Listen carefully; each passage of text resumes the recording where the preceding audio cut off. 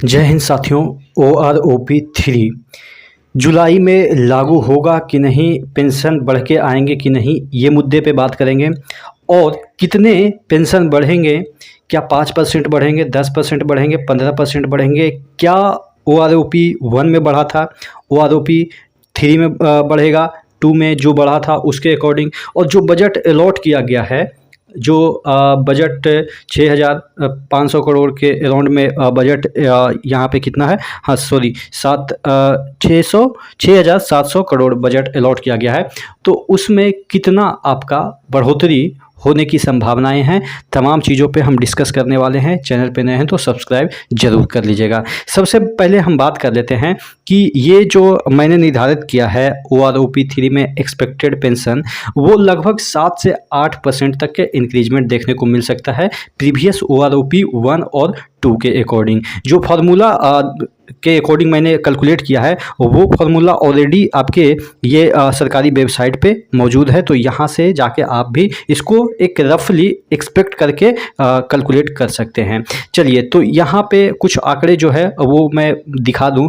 देखिए, इससे पहले कि निर्धारण करें कि OROP 3 में कितना एक्सपेक्टेड बढ़ सकता है आपके पेंशन, डिफरेंट रैंक में क्वालिफाइंग सर्विस पीरियड कितना है आपका, मिनिमम 15 होना चाहिए और ऑफिसर रैंक का 20 होनी चाहिए, 20 साल होनी चाहिए।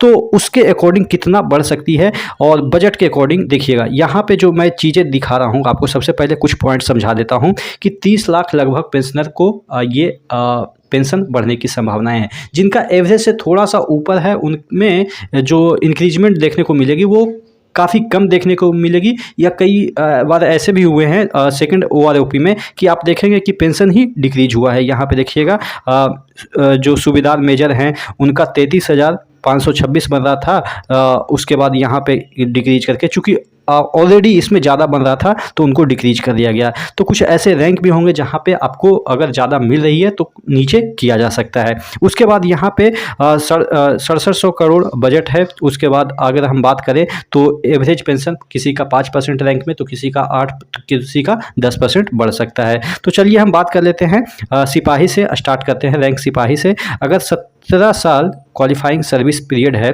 तो आपका जो है वो OROP में बन रहा था 17,130, OROP 2 में आपको बना 18,807 और एक्सपेक्ट किया जा रहा है कि आपका OROP 3 में 19,865 के अराउंड बढ़ेगा, तकरीबन 5.5-6% के अराउंड बढ़ सकता है। उसी तरीके से सिपाही में ही अगर आप 19 साल सर्विस कर चुके हैं तो आपका जो एक्सपेक्ट किया जा सकता है कि 19,865 बढ़ने की संभावनाएं हैं। ये जो चीज़ें हैं कैलकुलेट मैंने कैलकुलेटर के थ्रू ही किया है, आप भी कर सकते हैं। नाइक की हम बात करें तो नाइक का 17 साल अगर आपके सर्विस है तो आपके 22,000 के अराउंड में बनने की संभावना है। देखिए, ज़्यादा इसलिए नहीं बढ़ पा रहा है क्योंकि बजट ही आप देख सकते हैं कि कितना कम अलॉट हुआ है।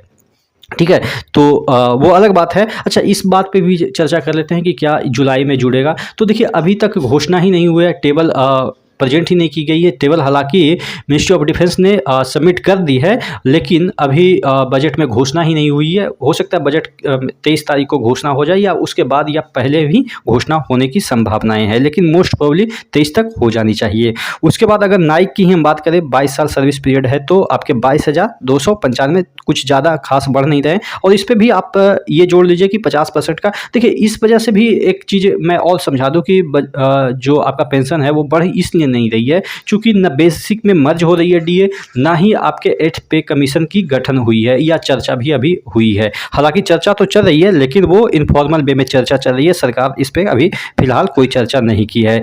तो इस वजह से भी आपके पेंशन थोड़ा सा कम ही देखने को मिल सकती, कम बढ़ने को देखने को मिल सकती है, क्योंकि बीच में कुछ ऐसा ड्रास्टिकली या मेजर चेंजेज सैलरी में लोगों के नहीं आए हैं। उसके बाद हवलदार की हम बात करें तो यहाँ पे आपको 23,990 अगर 19 साल सर्विस पीरियड है तो, और ऑनररी नाइब सूबेदार की हम बात करें 24 साल आपके सर्विस है तो 25,790 के अराउंड बनने की संभावनाएं हैं। उसी तरीके से अगर ऑनररी नाइब सूबेदार अगर 26 साल सर्विस पीरियड है तो 26,000 बनने की संभावनाएं हैं। सूबेदार की हम बात करें तो 28 साल अगर आपके सर्विस पीरियड है तो 32,550 बनने की संभावना है। 30 साल की हम बात करें तो 33,000 के अराउंड, और सूबेदार मेजर की हम बात करें तो 33,445। और इस पे भी आप जो भी आपके पेंशन है उस पे 50% DA जोड़ लीजिए, तो जो आपका बनता है वो आपके अकाउंट में क्रेडिट हो जाएगा। ये आप मान के चलो कि अगर से एक सिपाही का ही जनरल ले लेते हैं तो अगर 20,000 अप्रॉक्स की हम बात करें, राउंड फिगर कर लेते हैं, तो 20,000 और 10,000 आपके जो है वो DA।